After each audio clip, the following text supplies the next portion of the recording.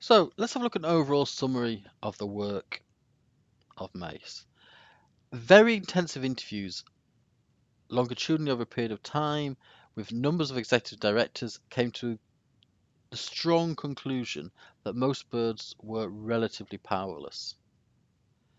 And the reasons for this that Lorcher and McIver identified, the data revealed that boards were hindered by several critical weaknesses, several areas of great importance. What were these critical weaknesses? First one, polite behaviour. Again, just look at the ideas of Chandler. Look at his idea that these people were all friends. They worked together. They went to university together. This made them good eggs who would always work in the best interest of the company. Actually, Lawson and McIver saying, well, this actually works against the company. The boardroom is full of friends. It's full of people who went to university together. It's full of they have this pervasive presence of insiders. Effectively, actually against directors. It actually against discourages them from openly challenging, questioning the CEO's performance. They all feel, oh no, we can't do this. We've worked together. We've known him for a long time.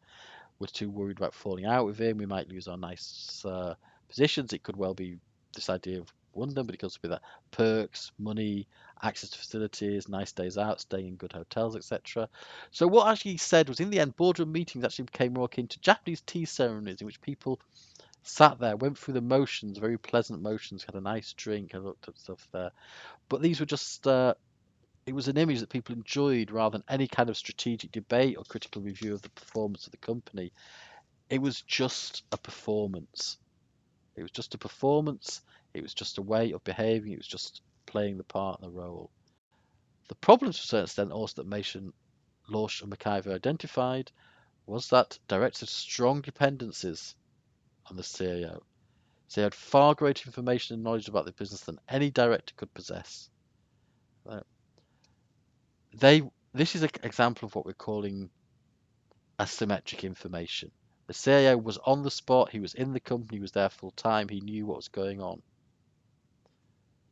The directors, especially external directors, did not have access to this kind of information, or even if they were internal directors, they probably were further down the pile, did not receive all the information. They might only know about their particular section, not about other sections. The CEO used this information to attain power and use it to control the meeting agenda and the discussion process.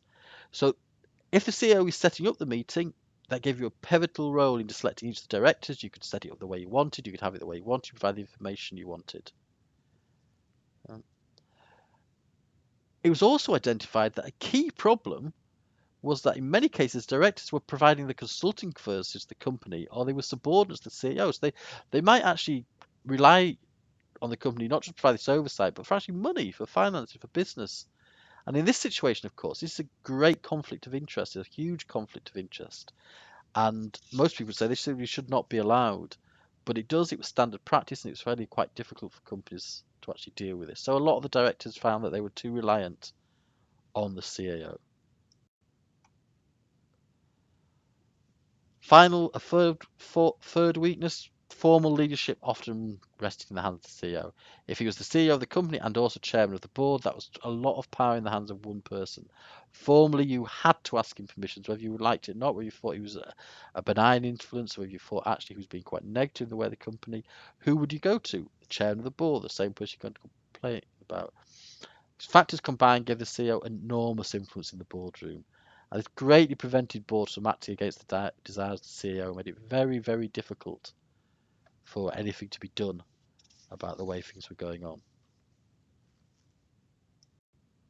So what are the specifics of this issue? What's the problem? Well, firstly, what was discovered was directors didn't see themselves as pawns of management. Most directors saw themselves as fearless individuals, representing the shareholders, representing other people at the company, making sure that things were put forward and done in the right message. But they did acknowledge there were certain things and said, well, actually, we could do a better job if we could overdone certain things. And so they concentrated their role in governance, which of course is what this course is about, lack of time and knowledge, lack of actually the time to go out there and learn about the company, lack of information, lack of ability to find that out. The lack of consensus. There might well be 4 or 5 externals on the board, but if one represents the bank, one represents the shareholders, one represents the suppliers, one represents various other things, they might have their own disputes between them. So there's a big lack of consensus. It wasn't like there was a group of external directors who could then stand up to the CEO. And in general, the CEO would just had too much power within the organisation.